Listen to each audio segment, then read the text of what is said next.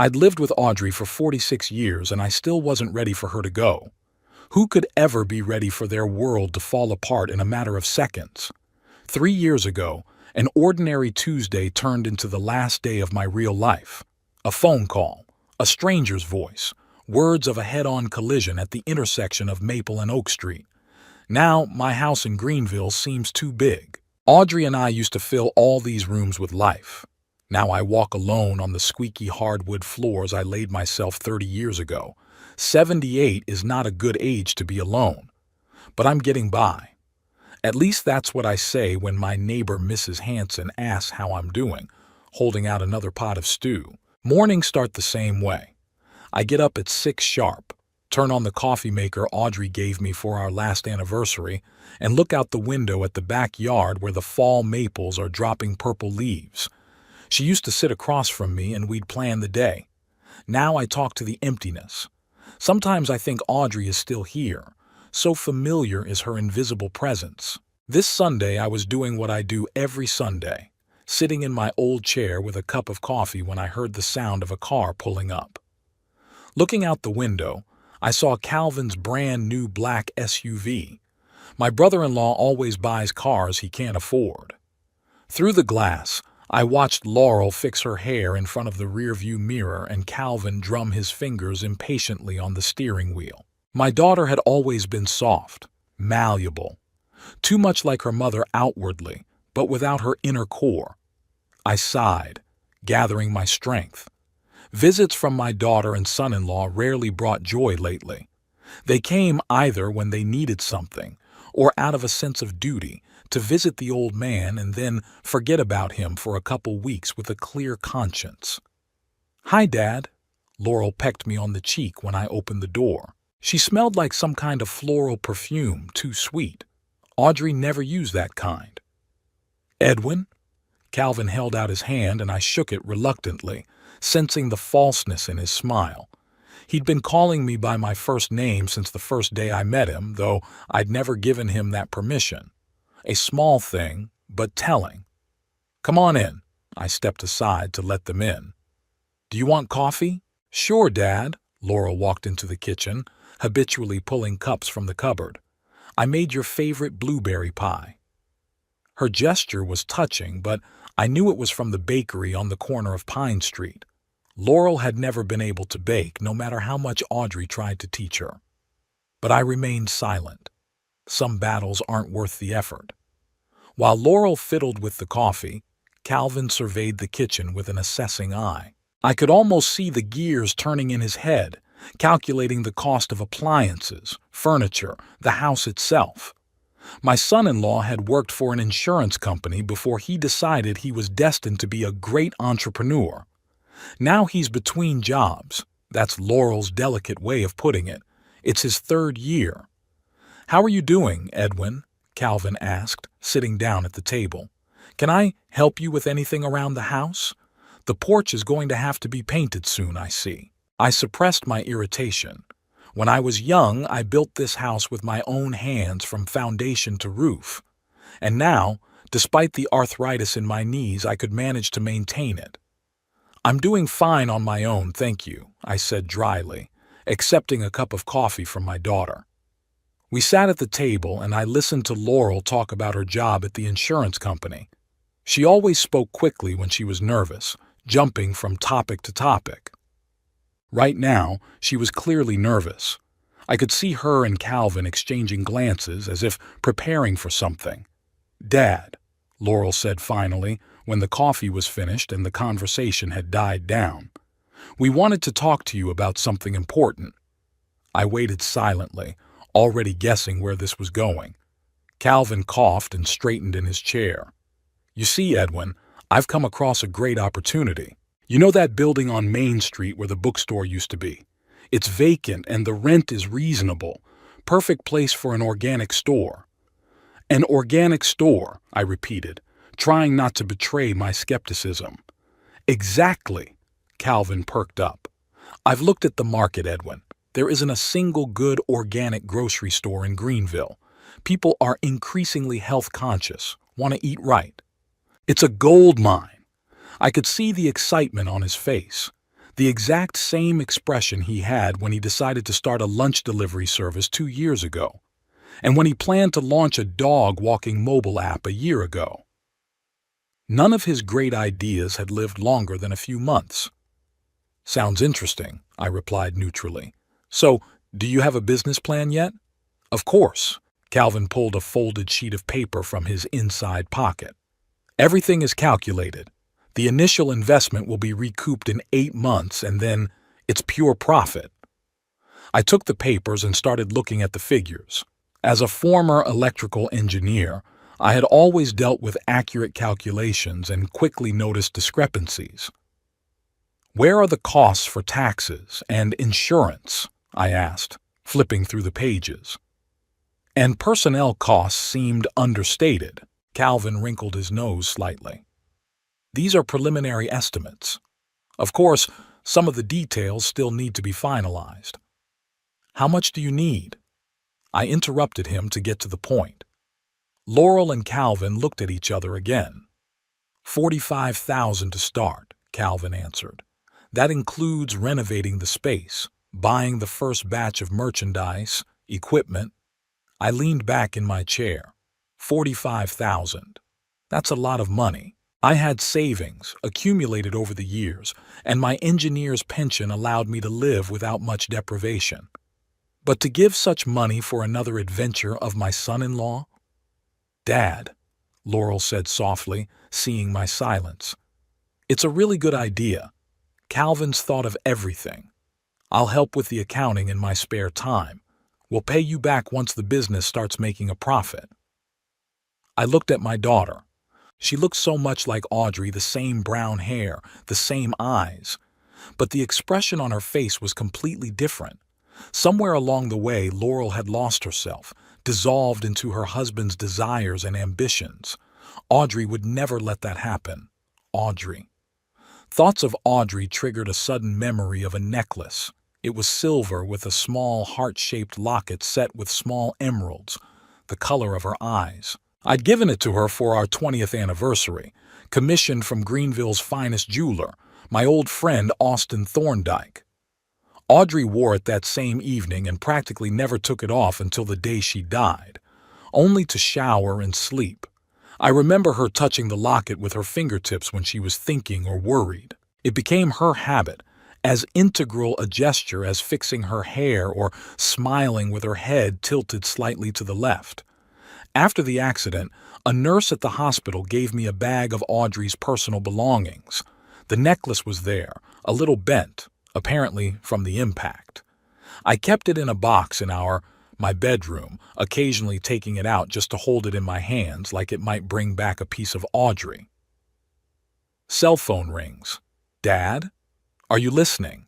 Laurel's voice brought me back to reality. "Sorry, I was thinking." I put the papers aside. "Laurel, Calvin, I understand your enthusiasm, but I have my doubts." "What doubts?" Calvin asked tensely. "For starters, this is the third great business idea I've had in recent years." I tried to speak calmly, but I could hear my voice getting harder. "The lunch delivery service lasted 4 months. The dog walking app didn't even launch. What makes you think this store will be more successful?" Calvin blushed.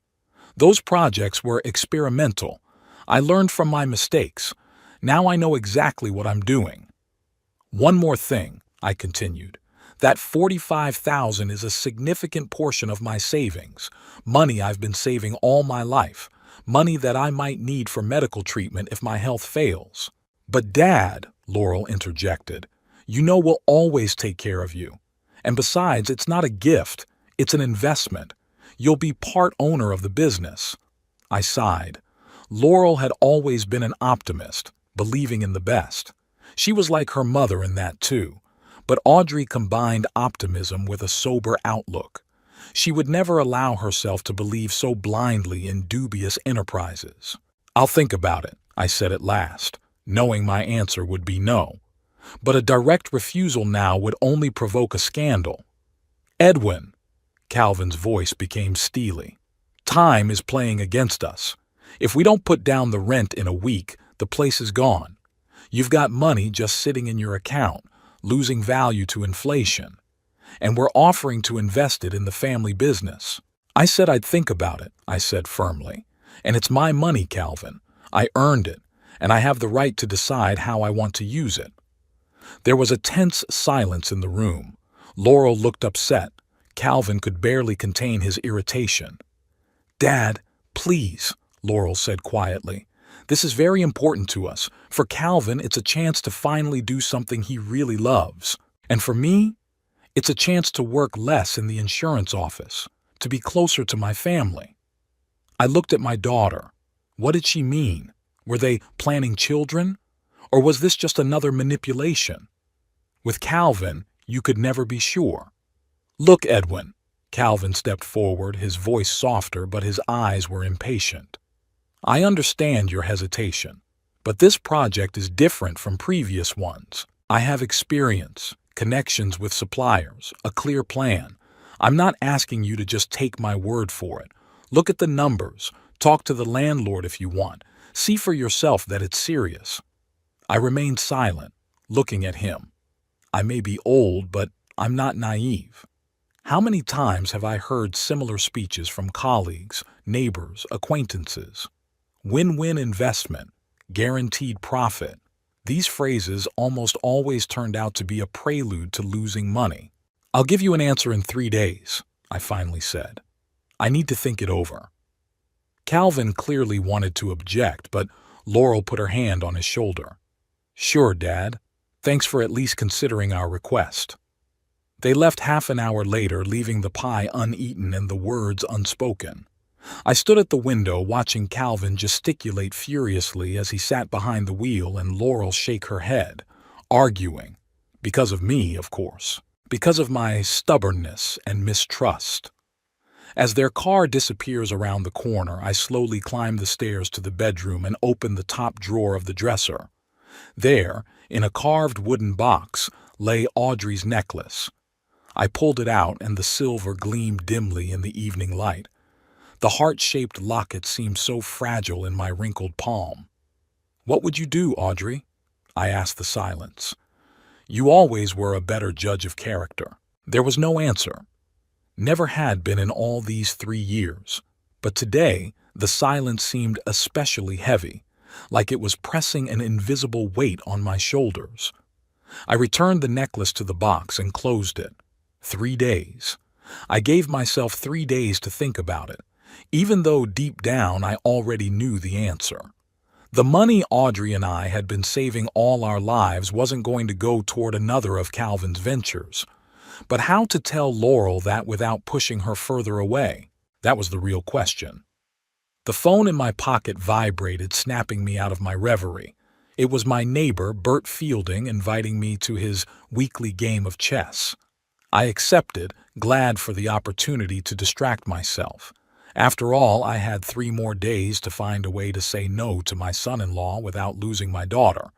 3 days turned into a week. I never gave Calvin and Laurel a straight answer, using the excuse that I needed to think things through. Really, I was just delaying the inevitable. We all knew I'd say no, but for some reason no one wanted to say it out loud.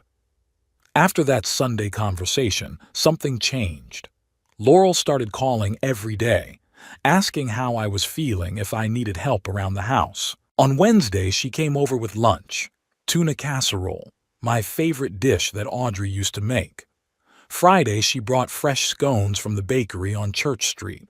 Such sudden care gave me mixed feelings, warmth from my daughter's attention and bitterness from understanding the reasons for it. That Saturday, the 2 of them arrived together.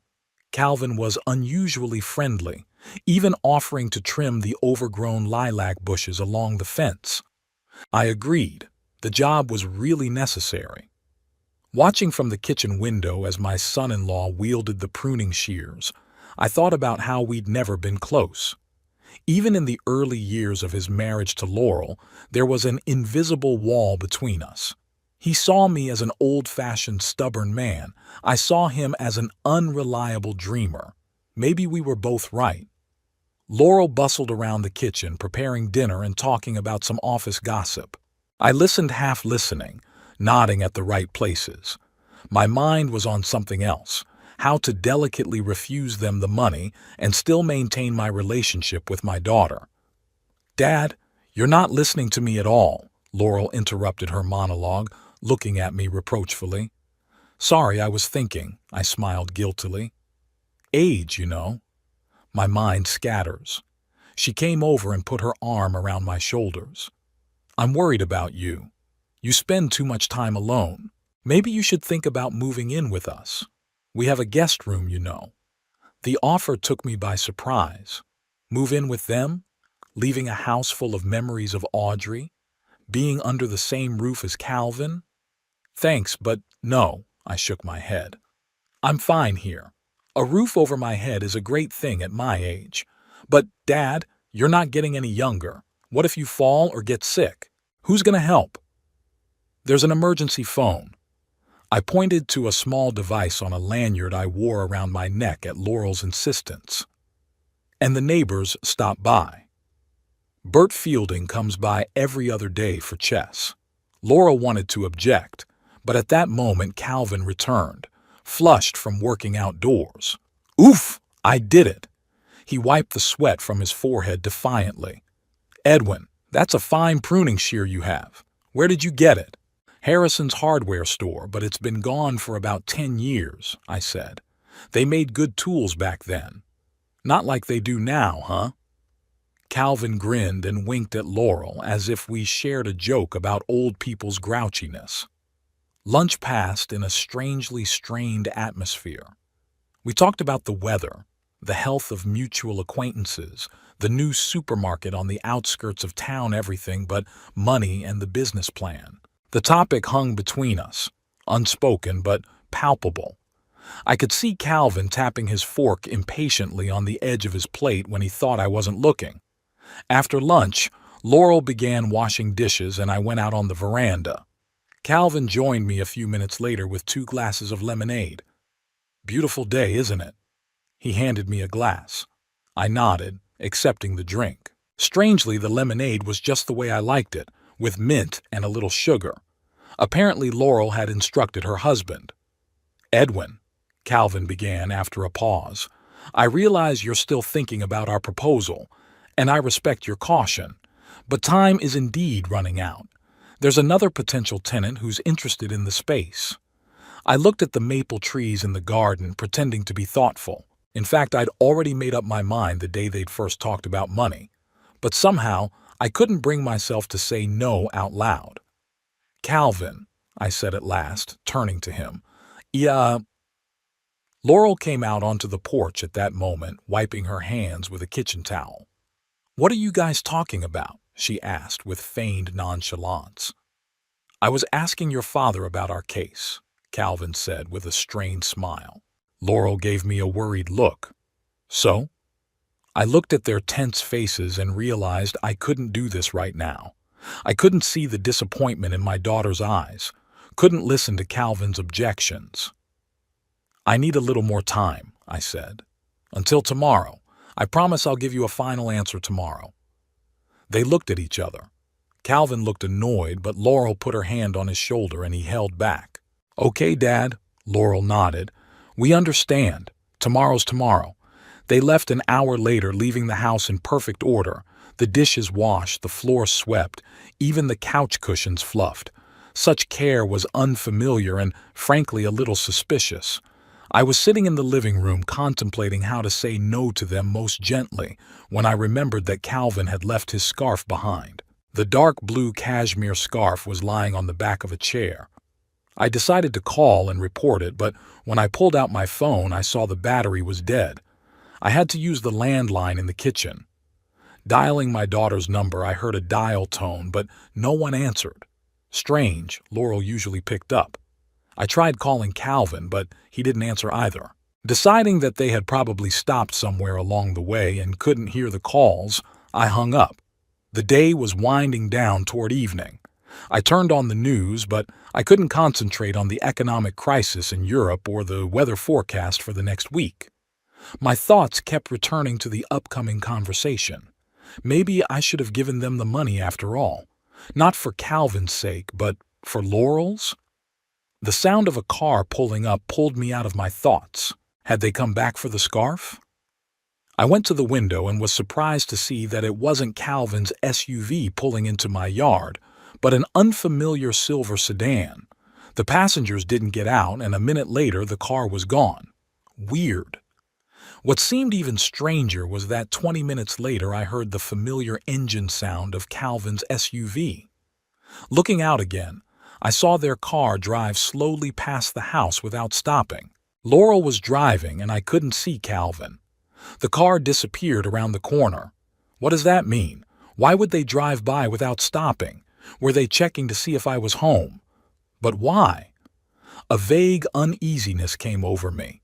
I decided to call them again. This time Laurel answered after the fourth ring. Dad? Is something wrong? I could hear the concern in her voice. No, nothing's wrong, I answered. I just wanted to tell you that Calvin left his scarf. A scarf? She asked me again. Oh yeah, that's right. Thanks for calling. We'll pick it up tomorrow when we get there, okay? Sure. By the way, I just saw you drive by the house. Why didn't you come in? There was a pause. By the house? Laurel's voice sounded weird. No, Dad, you're imagining things. We've been home for an hour. But I definitely saw your SUV, I insisted. You were driving it. Dad, she sounded worried. You were imagining things. Calvin and I are watching a movie. We haven't been anywhere. Maybe it's the neighbors. The Robinsons have a similar car. I knew that wasn't true. The Robinsons had a minivan, not an SUV. But why would Laurel lie about something so trivial? You're probably right, I said, deciding not to insist. I'm sorry to bother you. It's okay, Dad. I'll see you tomorrow. I love you. I love you too, I said absently, and hung up. Something was wrong here. I was pretty sure I'd seen their car, and this sudden concern and the extra attention, I decided to check one thing. Going up to the bedroom, I opened the closet where Audrey's memorabilia was kept. Her favorite shawl, family photo albums, a jewelry box. Everything looked untouched, but something told me to check the contents of the jewelry box. Inside were earrings, a few rings, the bracelet I'd given her for our 30th wedding anniversary. But the locket necklace was missing. I went through the entire contents of the jewelry box, then checked all the dresser drawers, the bedside tables. Nowhere. My heart was pounding harder and harder. I remembered seeing the necklace in the jewelry box a week ago, when Laurel and Calvin had come over to discuss money for the business. Where could it have gone? Who could have taken it? The answer was obvious, but I didn't want to accept it. I didn't want to believe that my own daughter could have stolen her mother's memorabilia. Or was it Calvin? Maybe he found the necklace when they were visiting and took it without Laurel's knowledge. I sat on the edge of the bed, trying to calm down and think rationally. Maybe I'd moved the necklace somewhere on my own and forgotten about it. It happens at my age. I began a methodical search of the bedroom, then the living room, the study. 2 hours of searching yielded no results. The necklace was gone. Back in the bedroom, I opened the box again, as if hoping that the jewelry would magically appear there. Suddenly, it hit me. I should check to see if anything else was missing. I wasn't too good with jewelry, but I remembered Audrey's basic stuff. To my relief, everything else was still there. Rings, earrings, bracelets. Only the locket necklace was gone. That seemed odd. If someone wanted to steal jewelry for money, why take only one thing? After all, the gold diamond earrings I had given as a gift for my silver wedding were worth much more than a modest silver necklace, unless the thief was after that particular piece of jewelry. But why? What was so special about it? I remembered how Audrey always wore that necklace, practically never taking it off. How she touched the locket in moments of thoughtfulness. Could she have kept some secret in it? Something of value? Sitting down at my desk, I pulled out a notepad and pen. Long ago, back in engineering school, I had learned to analyze problems by writing down facts and questions. This method always helped me think more clearly. I wrote down, 1. The necklace is missing.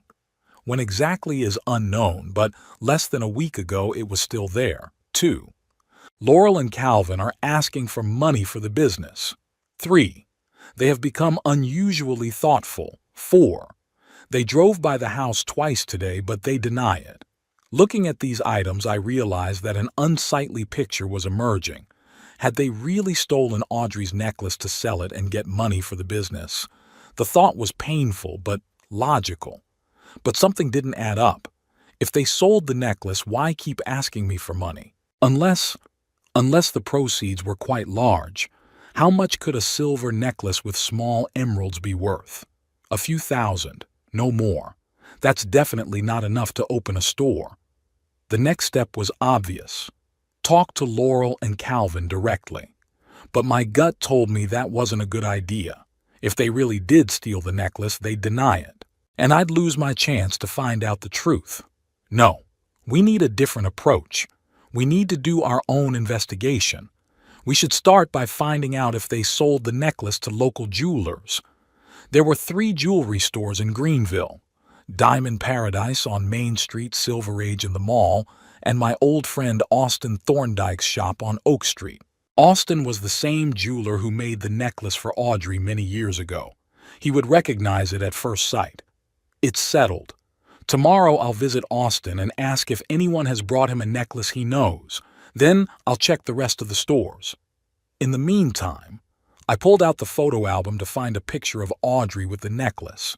Such a photo could come in handy if I had to describe the piece to other jewelers. After half an hour of searching, I found a good picture: our 35th wedding anniversary, Audrey and I in a restaurant, her in a dark green dress that matched so well with the emeralds on the locket. Looking at the photo, I felt a lump come up to my throat.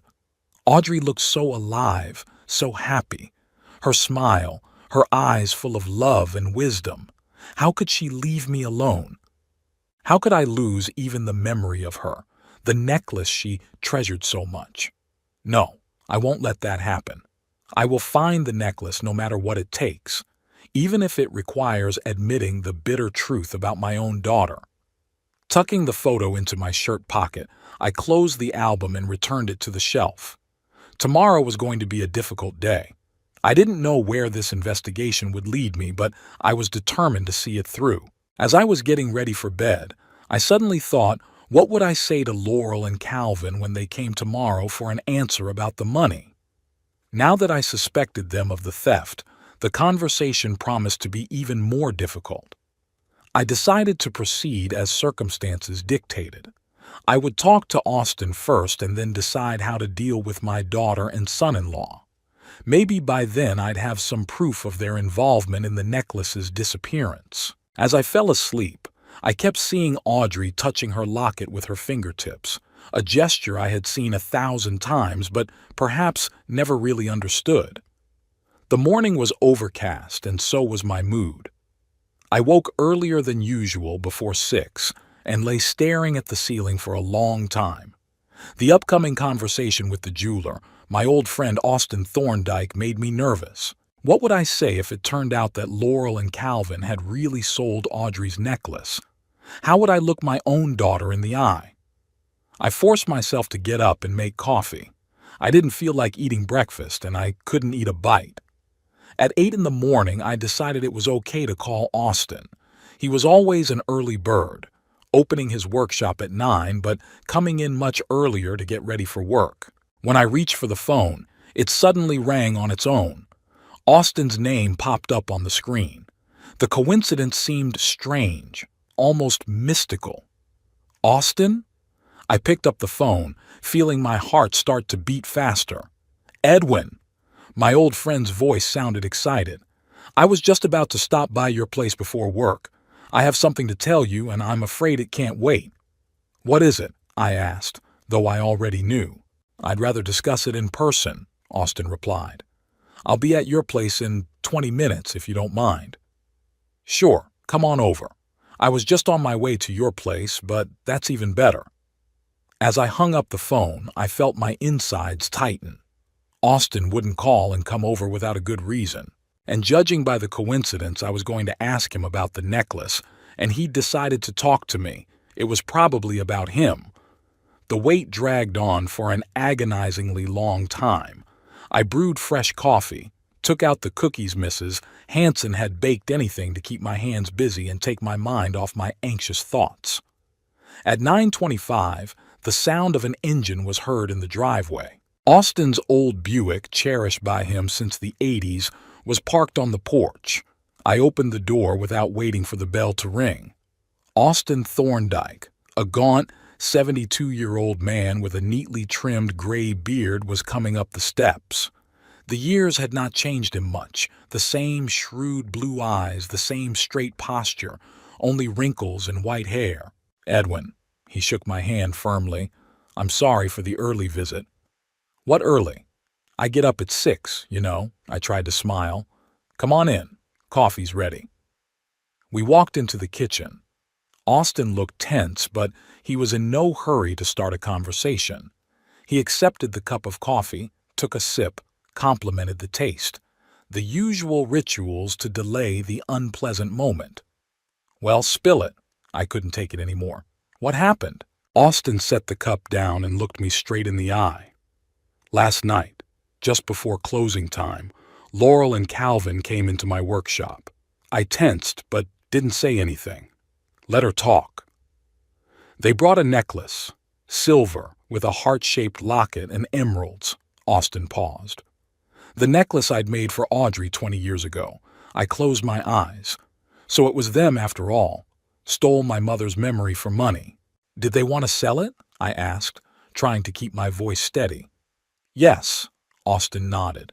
"They said they needed the money for a new business. Calvin was talking about some kind of organic grocery store. Laurel looked confused but determined, claimed it was her idea and that you didn't mind." "I don't mind?" My voice shook with indignation. "They said I gave them permission to sell Audrey's necklace?" "Exactly." Austin shook his head. "I didn't believe them, of course. I know how much you treasured that thing. So I told them I needed to think about it, to appraise it, and asked them to keep it until this morning." "And they agreed?" "Not willingly, but they had no choice. I'm the only jeweler in town who could give a good price for such work, and they understood that." Austin sipped more coffee. "But it's more than that, Edwin. There's something else." I tensed. What else could be connected to the necklace? I examined the locket carefully. It was my job, after all, to remember every detail. And I noticed that the lock was slightly warped, as if it had been opened the wrong way. "Open it?" I frowned. "The locket opens?" Austin looked at me strangely. "Of course it does. It's a locket, Edwin. Didn't you know that?" I shook my head, feeling stupid. All these years, I'd never even realized that the piece of jewelry I'd given my wife had a secret mechanism. "Audrey never said," I muttered. "I thought it was just a heart-shaped pendant." "No, it's a real locket. There should be room inside for a small photo or a lock of hair." Austin looked surprised. "I'm surprised Audrey didn't show you. She had asked to make it openable herself when she ordered the design." I remembered how Audrey always touched the locket when she was thinking or worried. Now it took on a new meaning. Perhaps she was checking to see if it was securely closed. "And what's inside?" I asked, feeling my throat drying up. Austin pulled a small envelope from his inside jacket pocket. "Here." He held it out to me. I discovered it when I opened the locket the right way. With trembling hands, I took the envelope and looked inside. There was a tiny piece of paper folded several times. I carefully unfolded it. On the paper, Audrey's neat handwriting had written the address, First National Bank of Greenville, Safe Deposit Box number 327. A safety deposit box? I looked up at Austin. Audrey had rented a safety deposit box? "It looked like it," Austin nodded. "And apparently she hadn't told you about it." I was shocked. In 46 years of marriage, there had been no secrets between us. At least, that's what I thought. What could be so important that Audrey kept it in the bank secret from me? "When I found the note, I knew I had to tell you," Austin continued. "I decided to come in person instead of calling. You don't discuss these things over the phone." You did the right thing. I folded the note carefully and returned it to the envelope. What about the necklace? It's in my workshop. I told Laurel and Calvin they had to be here at 10:30 tonight. They don't know I found the note. Austin looked at his watch. We have a little over an hour. What are we going to do? I wondered. Part of me wanted to go to the bank right away to find out what was in the box, but the other part of me wanted to deal with Laurel and Calvin now. Let's talk to them first, I decided. I want to know why they stole the necklace instead of just asking for it. Do you think you'd give it back? Austin raised an eyebrow. Of course not, I shook my head. But it's the principle of the matter. They didn't even ask. They just took someone else's. Austin nodded. Well, let's go to the workshop then. We'll wait for them there. The drive to Austin's jewelry shop took about 15 minutes. I sat in the passenger seat of the Buick, looking at the familiar streets of Greenville and trying to make sense of what had happened. My daughter and son-in-law had stolen a piece of memorabilia to sell, and the memorabilia turned out to be the key to some mystery Audrey was keeping. Austin's workshop was located on Oak Street, in a small 2-story Victorian building. The first floor was a store with windows lined with exquisite jewelry, and the second floor was the workshop where Austin created his masterpieces. We went upstairs. The room was filled with morning light streaming in through the large windows. Austin's desk, littered with tools and magnifying glasses, occupied the center of the room. On a special tray covered with a black velvet cloth lay Audrey's necklace. I walked over and picked it up carefully. The silver gleamed dimly in the sunlight. The heart-shaped locket with the small emeralds around it seemed so familiar and yet so different now that I knew its secret. "How does it open?" I asked Austin. He came over, took the locket from my hands, and showed me the tiny protrusion on the side. "See this element? You have to press here and slide the top to the right at the same time. It's quite a complicated mechanism, really. I made it this way at Audrey's request. She wanted the locket to be opened only by someone who knew the secret. I tried repeating its movements, and the locket did open, revealing the small, empty space inside where the note had been. "Why didn't she tell me?" I muttered, more to myself than to Austin. "Maybe she was going to, but she didn't have time," he answered softly.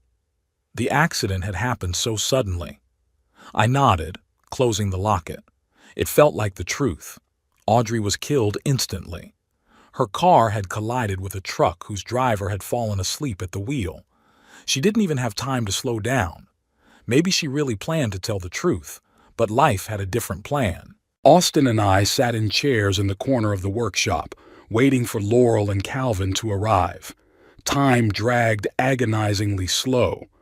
I glanced at my watch every 5 minutes, unable to concentrate on the conversation Austin was trying to keep up.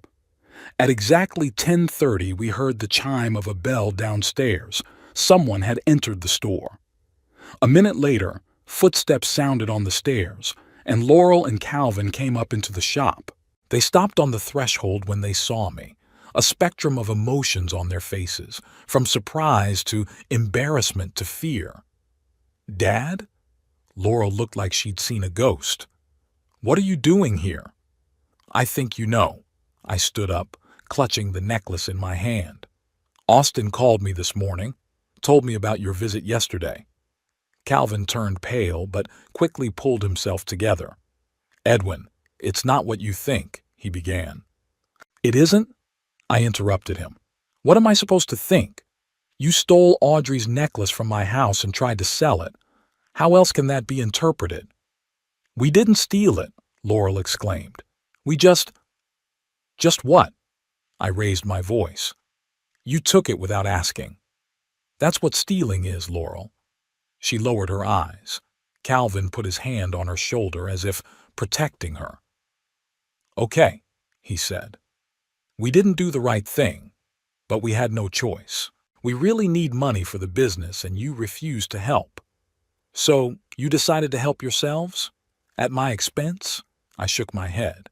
"And you chose this very thing, the necklace I gave your mother, the one she wore without taking it off. The thing that's worth more to me than any money. Dad, we were going to return it. Laurel stepped forward, tears glistening in her eyes. As soon as the business started turning a profit, we'd buy the necklace back. And you really believe that? I looked at my daughter bitterly. After all of Calvin's failed ventures, you still think this store will be a success? Don't you dare say that, Calvin flared up. You've always underestimated me, always looked down on me. This business will really take off, you'll see. I don't care if your business blows up or not, I tried to say calmly, though I was seething inside. It's not about money, it's about trust. You came into my house, pretended to care, and you stole from me, your family. Laurel sobbed, covering her mouth with her hand. Dad, I'm sorry. I know it's unforgivable, but we were desperate. The bank had turned down the loan, and so had the other investors. This was our last chance. I looked at my daughter, and I didn't recognize her. Where's the principled girl Audrey and I raised? The one who, at 12, returned the wallet we found, refusing the reward. Who always told the truth, even when it wasn't favorable. Was this your idea or his? I asked, nodding at Calvin. Laurel hesitated, casting a quick glance at her husband. It doesn't matter, she said. I have the same responsibility. His, then, I grinned bitterly. He convinced you that it was okay to steal from your own father. Don't shift the blame, Edwin, Calvin snapped at me. Laurel is a grown woman and she makes her own decisions. And you were just standing by. I turned to my son-in-law. Didn't you insist that I give you money for the business?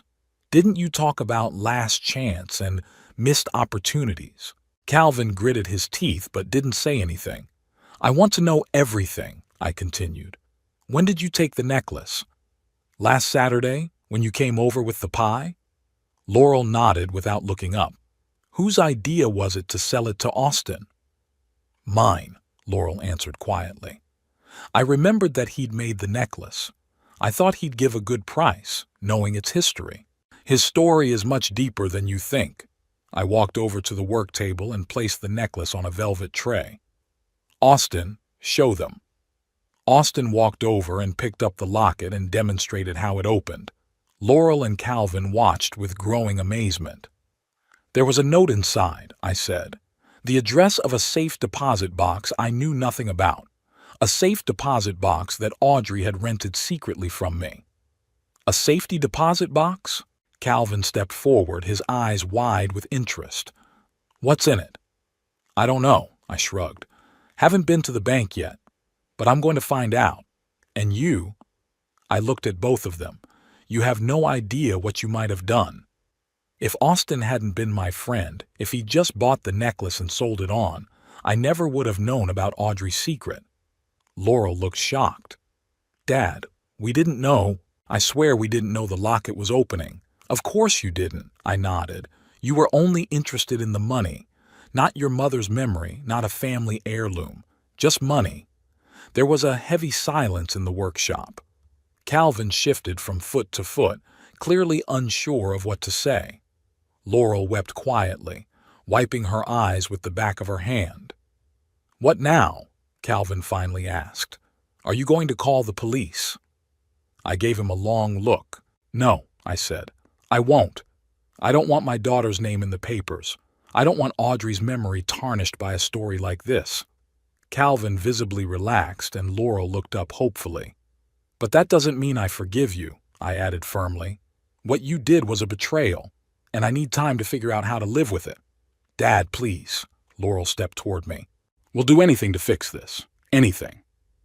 Right now, I'm more interested in what's in the safety deposit box. I stepped back, not letting her hug me.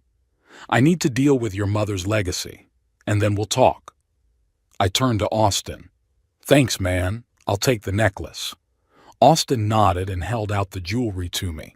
I took it carefully and put it in the inside pocket of my jacket where the envelope with the note was. Laurel, Calvin. I looked at them. I'm going to the bank. Don't call me today. I need time to think. Without waiting for a response, I headed for the exit. Before I went down the stairs, I turned around and saw Laurel snuggled up against Calvin's shoulder, and he hugged her awkwardly, looking at me with a strange expression, a mixture of guilt, fear, and curiosity. Curiosity. It wasn't until I was outside that I realized I didn't have a car. We'd come in Austin's Buick, but now I didn't want to go back to the shop. I decided to walk to the bank. The First National Bank of Greenville was only 6 blocks away, at the corner of Main Street and Park Avenue. The drive took about 20 minutes. The whole time I was thinking about what might have been stored in the mysterious box number 327. Money? Documents? Personal effects? What was so important that Audrey kept it a secret but left me a clue on how to find it? Before entering the bank, I stopped, took a deep breath, and clutched the locket in my pocket. The First National Bank of Greenville was the city's oldest financial institution, founded back in the late 19th century. The stately red brick building with white columns looked almost like a temple of financial stability and reliability. I walked through the heavy double doors and found myself in a spacious lobby with high ceilings. Despite the modern computers and ATMs, there was an old-world feel to the place. Marble floors, wood paneling on the walls, bronze light fixtures. I had kept money here for decades, but rarely went inside. Most transactions were done online or through an ATM. At the information desk sat a young woman with neatly styled blonde hair and a professional smile. "Good morning. How can I help you?" she asked. "I need to access a safety deposit box," I answered, pulling Audrey's note from my pocket. "Number 327. The girl looked at the note and nodded. "Of course, sir. May I have your name, please?" "Edwin Quinn." She started typing something on the computer, and I tapped my fingers nervously on the counter. What if the safe deposit box is only in Audrey's name? What if I'm denied access?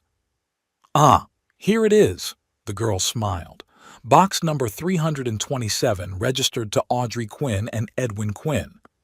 I exhaled with relief. So Audrey had thought of that too, making me a co-owner. "I'm going to need your ID, Mr. Quinn, and I'm sorry to inform you that I haven't paid rent on the safe deposit box in 3 years. 3 years. That's how long it's been since Audrey died. So she paid rent regularly, but she never mentioned it. I pulled out my driver's license and handed it to the girl. My wife died in a car accident 3 years ago. I didn't know about this cell until today." The girl's expression changed, her professional smile replaced by genuine sympathy. "I'm very sorry, Mr. Quinn. In that case, it's our policy to keep the box for 2 more years after the payments have stopped, unless a family member requests it earlier. So it's okay. The contents are still there." She checked my ID, made a copy, and handed it back. "Please sign here." She handed me a form. "I'll escort you to the vault." We took the elevator down to the basement floor. The cool air and dim lighting created a special atmosphere, as if I was descending into some secret place hidden from prying eyes. In a way, it was.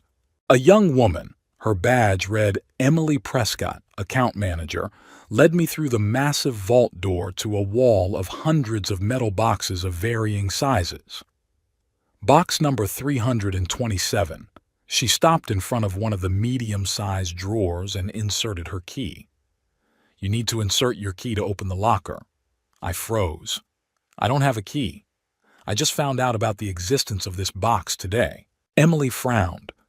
"Usually, keys are given out when you check out a safe deposit box. Your wife should have received 2 copies." I remembered the note in the locket. Audrey hadn't left a key, just an address. Was it all for nothing? "Is there some other way to open the box? I could prove I was the rightful heir." Emily thought for a moment. "In such cases, you need a death certificate, documents proving your right to inherit, and possibly a court order. The process could take some time." My heart dropped. Had I come so close to solving Audrey's mystery, but I wouldn't be able to find out what was inside. "Wait," Emily said suddenly.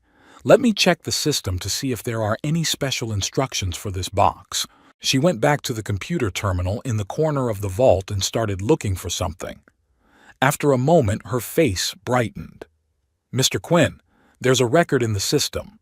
Mrs. Quinn left special instructions in case you came in without a key.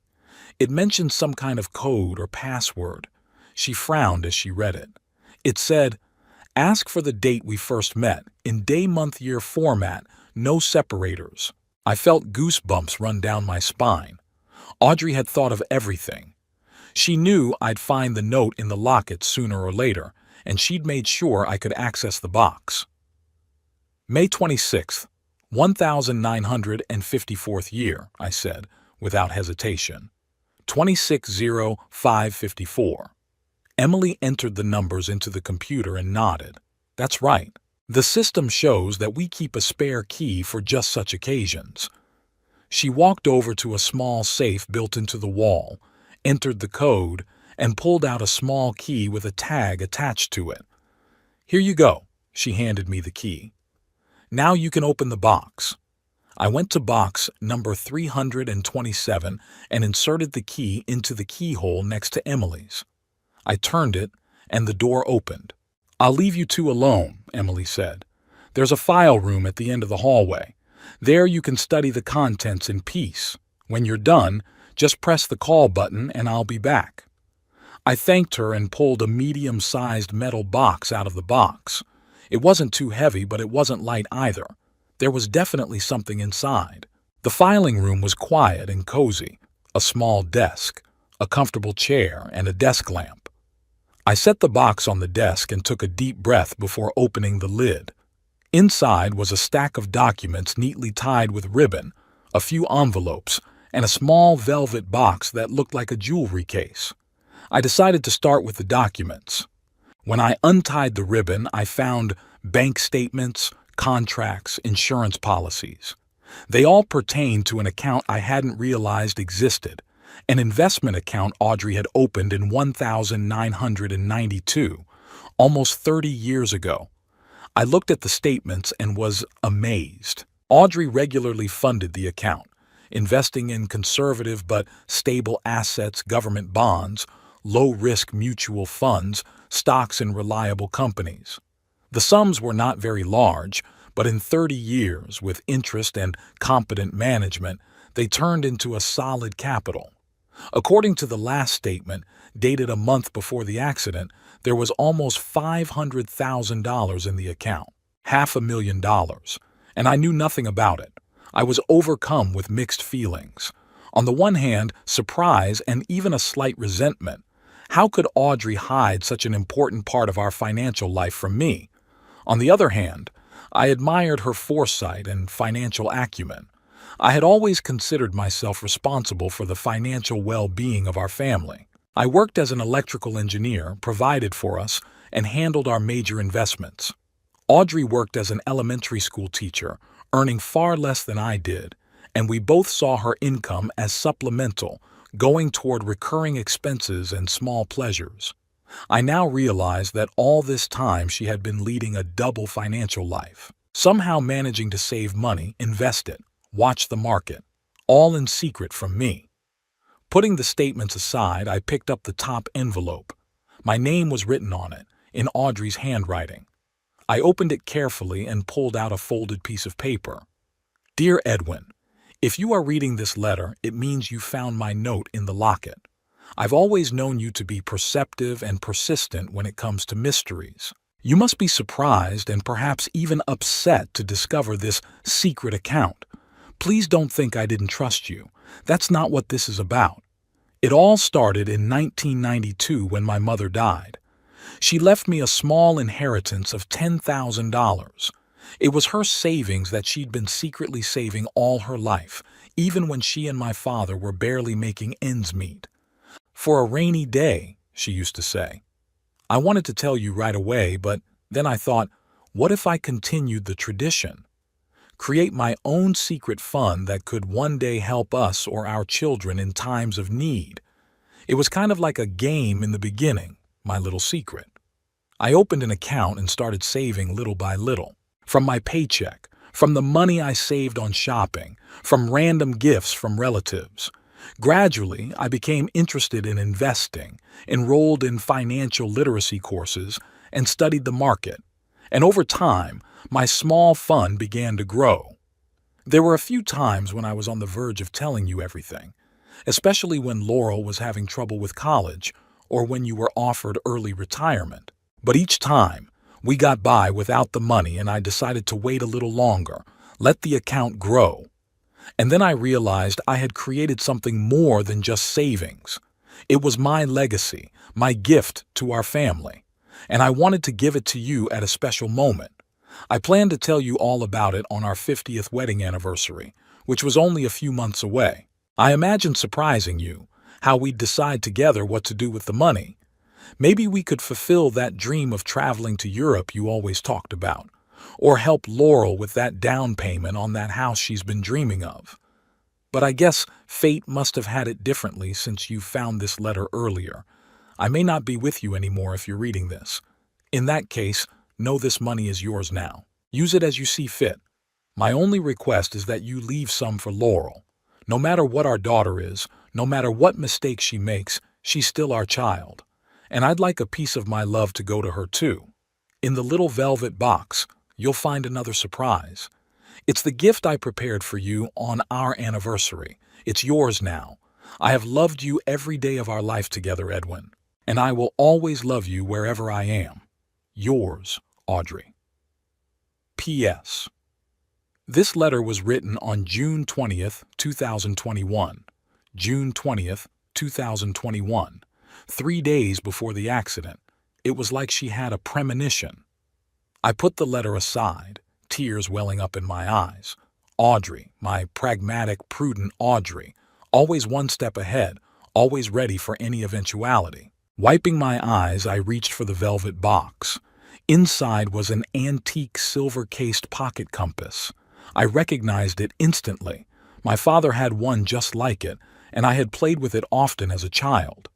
My father had lost it on a fishing trip when I was about 10, and I had grieved that loss for a long time.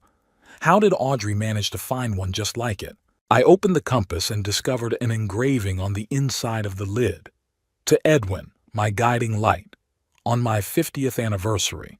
Love, Audrey. She had prepared this gift in advance, months before our anniversary, which we never celebrated. The compass worked flawlessly, the arrow pointing steadily north. I closed it and carefully put it back in the box. There were still 2 envelopes left. I opened the second one. It contained the paperwork for a bank account in Laurel's name, labeled Trust Fund.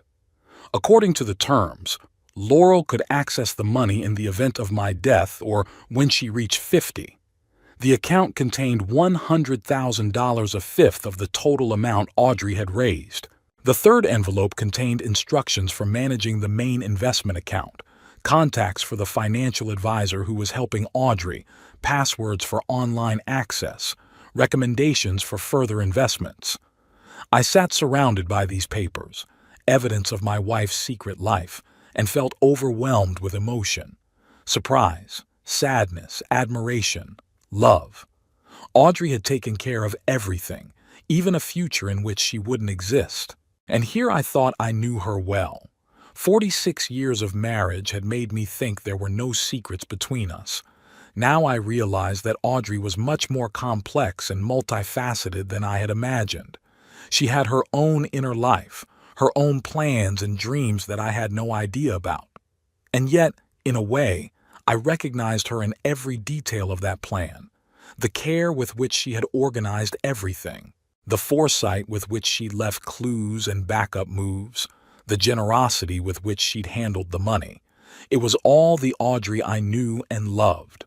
I gathered all the paperwork back into the metal box, leaving only the letter, compass, and account access papers. I pressed the call button and Emily appeared a minute later. "Are you finished, Mr. Quinn?" she asked. "Yes," I nodded. "I'd like to pay for last year's rent and renew it for another year." "Of course," Emily smiled. "We can finalize it right now." We went upstairs and I completed the formalities, paid the necessary fees and received a new lease, now in my own name. The contents of the box, except for the documents I decided to take with me, remained in the safe deposit box until I decided what to do with them. When I left the bank, I sat down on a bench in the small square across the street. I needed time to process what had happened and decide what to do next. $500,000, a life-changing sum. I could use the money as I saw fit. Audrey had made it clear that it was mine now, except for Laurel's share, locked away in a trust fund. Laurel. Thinking about my daughter brought up mixed feelings. On the one hand, I was still angry and disappointed in her behavior. She'd stolen her mother's necklace, lied to me, succumbed to Calvin's manipulations. On the other, I knew she was desperate, and somewhere deep inside, she was still my daughter, my blood. But what to do about Calvin? This man had initially lacked my trust, and now he proved that my intuition was correct. He was willing to steal a family heirloom for his business plans. Plans that would most likely fail, just like all the previous ones. If I gave them the money for the store, they'd probably lose it within a year. Calvin had no business sense, no patience, no business acumen. And then not only would have lost the money, but also my relationship with my daughter, because I wouldn't have been able to keep from saying, "I told you so." Maybe I should have used some of Audrey's money to help Laurel in other ways, like paying for her to take financial literacy or investing classes. Give her the opportunity to become independent, including from Calvin. But I wasn't ready to forgive them just yet. The wound of betrayal was too fresh. I needed time to think it over, to let my anger give way to more informed decisions. I pulled a compass from my pocket and opened it. The arrow trembled and pointed confidently north. To Edwin, my guiding light, the engraving read. I had always thought I was the pillar of our family, the one to point the way. Now I realized we were equal partners. Audrey steered our family ship in her own way, quietly, stealthily, but no less effectively. I raised my eyes to the sky, which was beginning to frown. A storm was coming. I had to decide what to do next. Do I go home and wait for Laurel and Calvin, who were sure to apologize? Or should I go to them myself and tell them what was on my mind? Neither seemed right. I needed space, time alone with myself to digest everything that had happened and make an informed decision. I decided to drive to Willow Lake, to the little cabin Audrey and I had bought years ago. It was where we used to spend weekends when we wanted to get away from the hustle and bustle of the city. I'd rarely gone there in recent years, too many memories. But now it seemed like the perfect place. Away from everyone, alone with nature and the memory of Audrey, I could sort out my feelings and decide what to do about the inheritance and the relatives who had betrayed me. I stood up, tucked the compass into my pocket, and headed for the bus stop. I wouldn't go home. Laurel and Calvin might be waiting there. Instead, I'll get to the bus station and take a cab to the lake. The cabin should be fine. I was paying the caretaker to keep it in good condition.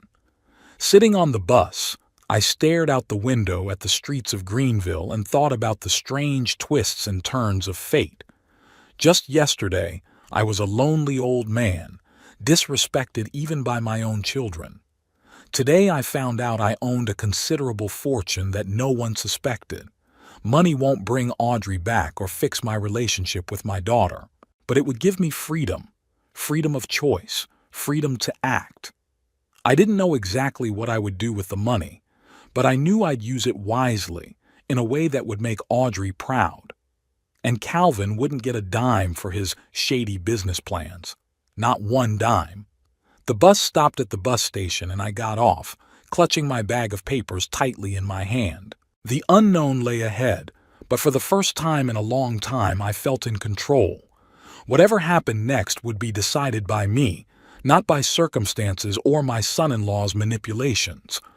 I was ready for a new chapter of my life, a chapter I would begin writing on my own with a clean slate, but with Audrey's wisdom in my heart and her support stretching through the years and even death.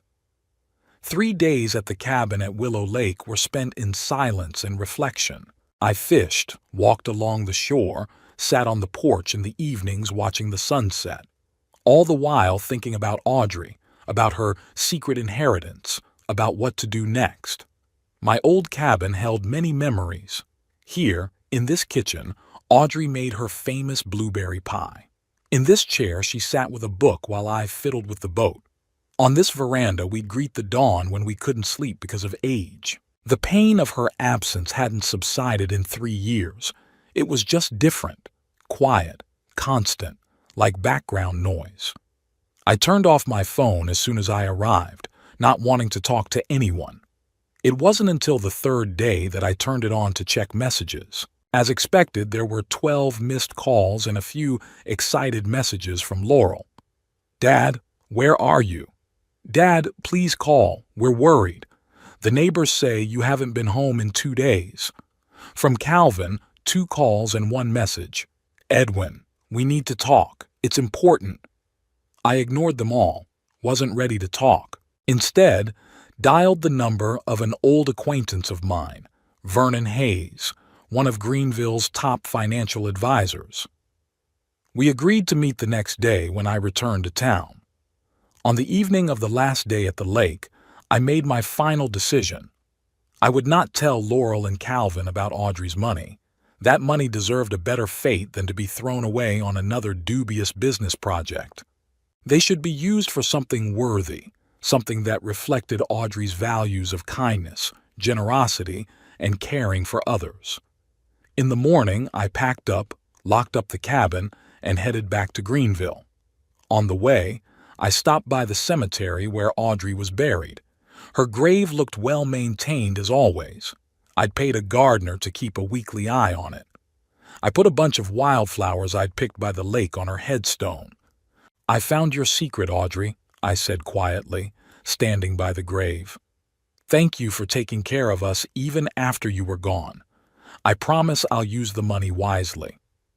With Vernon Hayes, we met at his office in downtown Greenville, a gray-haired man my age with whom we had once played on the high school baseball team together, and then occasionally crossed paths at town events. "Edwin, long time no see." He shook my hand firmly. "What can I do for you?" I told him the whole story about Audrey's secret account, about the trust fund for Laurel, about my desire to use the money for good. Vernon listened intently, without interrupting. "So you want to set up some kind of charitable foundation?" he said when I was finished. "Yes, but not a regular one. I want it to be an anonymous foundation that will help the people of Greenville in difficult situations, without too much bureaucracy or publicity." Vernon tapped his fingers thoughtfully on the table. "It's possible, but it would require some structure to make it legal. We could set up a trust with a board of trustees to decide how the funds are distributed.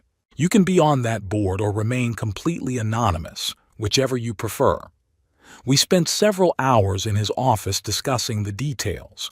In the end, we came to the decision to create the Lake Lily Fund, a name chosen after Audrey's favorite flowers. The fund would help Greenville families in difficult situations, paying medical bills, home repairs after natural disasters, education for gifted children from low-income families, all the things Audrey valued in her lifetime. We put half of the amount, $250,000, into this fund. $100,000 was already in Laurel's trust fund. I decided to keep the remaining $150,000 for myself, not out of greed, but as a safety net.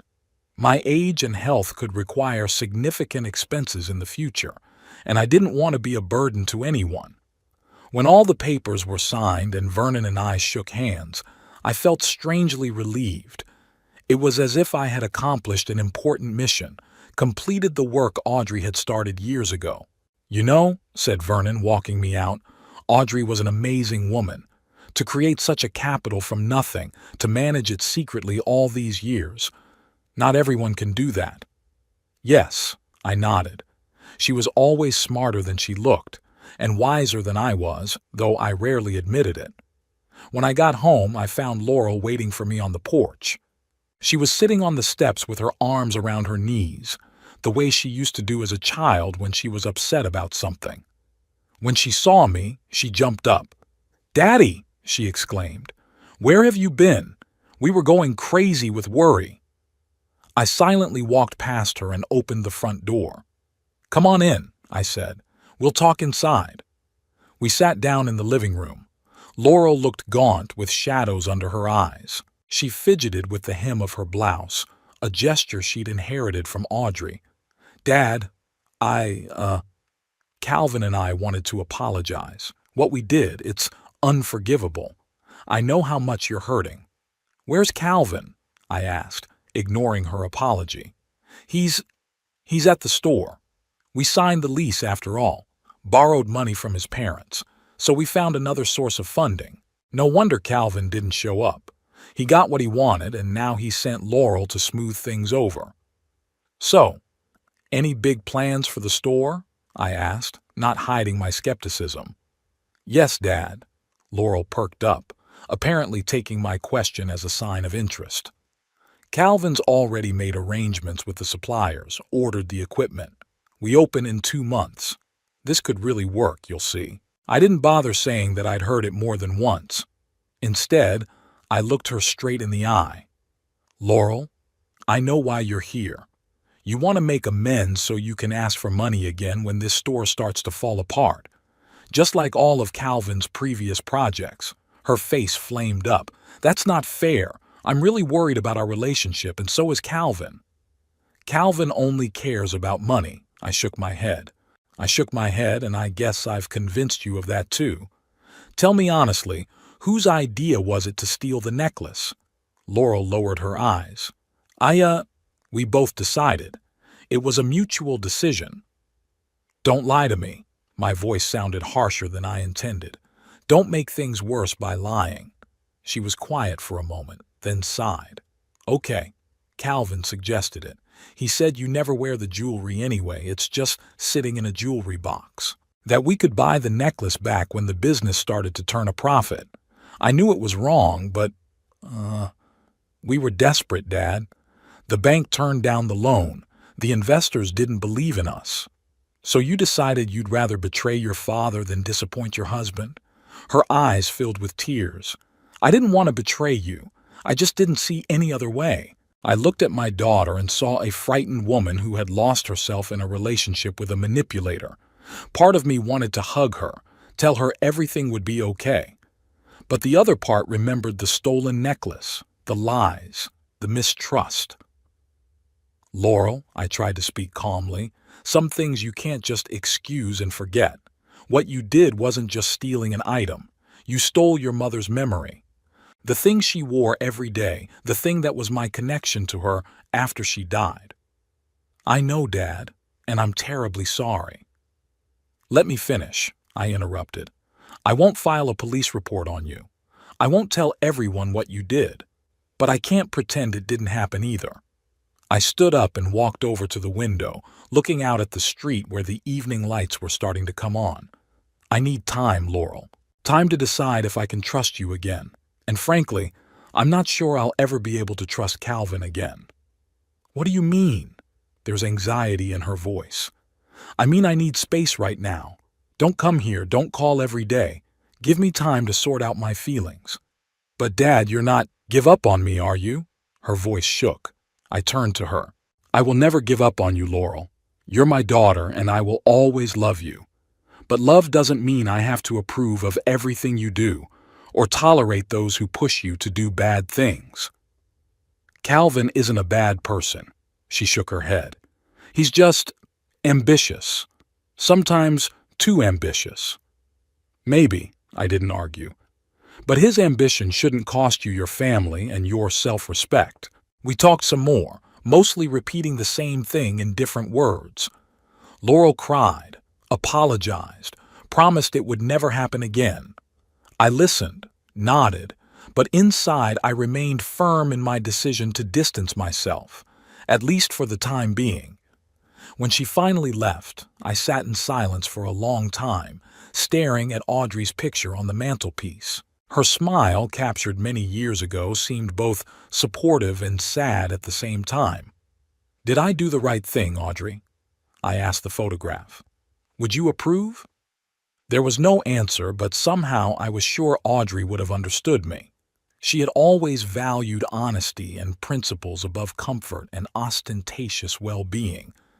I spent the next weeks working with Vernon on the details of the foundation.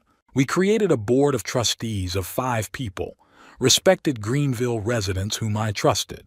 I myself remained an anonymous benefactor, known only to Vernon. This allowed me to participate in decisions but avoid unnecessary attention. The Foundation's first project was the renovation of a playground in the neighborhood where Audrey had once taught. The playground had been neglected for years, but thanks to our funding, it was transformed into a bright, safe place to play. We didn't put up signs with the name of the foundation or the names of the donors, just a simple bench engraved with a quote Audrey liked to repeat: "Kindness is a language the deaf can hear and the blind can see." Other projects followed: scholarships for local college students, helping the elderly with home repairs, supporting the town library. Each time I saw the results of our work, it felt as if Audrey was there again, that her legacy was alive and well. Laurel and I were rarely in touch. Short phone conversations once a week. Sometimes she sent cards or messages. I didn't see Calvin at all. According to Laurel, their organic grocery store opened with great success, but within a month they started having problems with their suppliers and landlord, a typical story for Calvin's businesses. One evening, about 3 months after the necklace story, there was a knock on my door. Calvin stood on the doorstep, unusually serious and sober. "Edwin, we need to talk," he said without preamble. "About what?" I didn't invite him in, remaining standing in the doorway. "About the store. We're in trouble. Serious problems.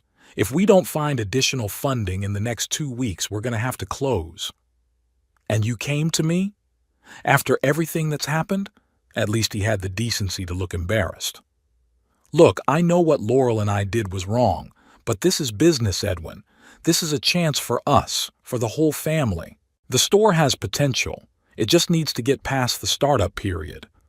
"How long?" I asked, even though I already knew the answer. 40,000. Calvin looked me straight in the eye. "That'll cover the debts and give us 3 months' worth of reserves. In that time, we'll definitely be profitable." I sighed. "Calvin, the answer is no. Not today, not tomorrow, not ever. I'm not giving you a dime for your business projects." "But why?" His composure was beginning to fray at the seams. "You're not poor. You have savings, a pension. Laurel and I are trying to build a future." "The future isn't built on lies and theft," I replied. "And it's not built on endless loans you can't pay back. You stole a thing from me that was priceless, not because of money but because of memories. And now you're standing on my doorstep asking for money like nothing happened? Is this all about the necklace?" Calvin shook his head. "We apologized. Laurel has been crying for weeks. What more do you want?" "I want you to learn to live within your means," I said firmly. "I want you to stop dragging my daughter into a financial hole. I want you to grow up and take responsibility for your decisions." Calvin gritted his teeth. "So you're just going to leave us? Let the business go under and us lose everything?" "You created this situation, Calvin." "I didn't. I warned you that this business, like the others, would probably fail. But you didn't listen. Now you have to live with the consequences of your decisions." He looked at me with undisguised anger. "You never believed in me, never gave me a chance." "That's not true. I gave you the most important chance of all, a chance to be part of my family, to be my daughter's husband. And look how you took it." Calvin turned and walked toward the car, muttering something under his breath. I didn't call him out or try to smooth things over. Some bridges should be burned, never to return to the old road. A week later, Laurel called to say that she and Calvin were closing up store and moving to Portland, where a distant relative of his had offered a job. I listened to the news calmly, wished them luck but offered no help. In the back of my mind, I hoped that a new place and a new job, where Calvin would be accountable to someone, would help him finally grow up. Or maybe it would save Laurel's marriage, which, judging by the strain in her voice, was bursting at the seams. After they left, life took a new direction. I spent more time with friends, especially Austin and Bert. I regularly attended meetings of the Foundation's Board of Trustees, although I remained officially an anonymous benefactor. I started volunteering at the local library, helping with the reading program for children. Audrey would have loved it. Sometimes I'd pull out a silver locket necklace, open it, and stare at the empty space inside. The note that had led me to Audrey's secret was now stored in a safe deposit box along with other important documents. But I kept the locket itself at home as a reminder that even the closest people can keep secrets, and that those secrets sometimes turn out to be priceless gifts. Laurel called once a month talking about life in Portland. Our conversations became calmer, without the same tension but without the same intimacy. She never asked for money, and I never mentioned my newfound wealth. Some secrets are best kept until the right time, as Audrey had taught me. From time to time, I received letters from people the Foundation had helped, anonymously, through Vernon. They thanked the unknown benefactor and told me how their lives had changed thanks to his help. I kept these letters in a special box and sometimes reread them in the evenings, sitting in an armchair with a cup of tea. On one such evening, exactly a year after Audrey's mystery was discovered, I took out the compass she had prepared for our 50th anniversary. I opened it and looked at the arrow pointing steadily north. "You know, Audrey," I said aloud to the empty room, "I always thought I was the compass of our family, the one who pointed the way. But now I realize I was wrong. It was always you." The compass hand shook, as if from an invisible magnetic field, probably just a draft. Or maybe Audrey was smiling somewhere, hearing my words. I closed the compass and placed it on the table next to Audrey's picture.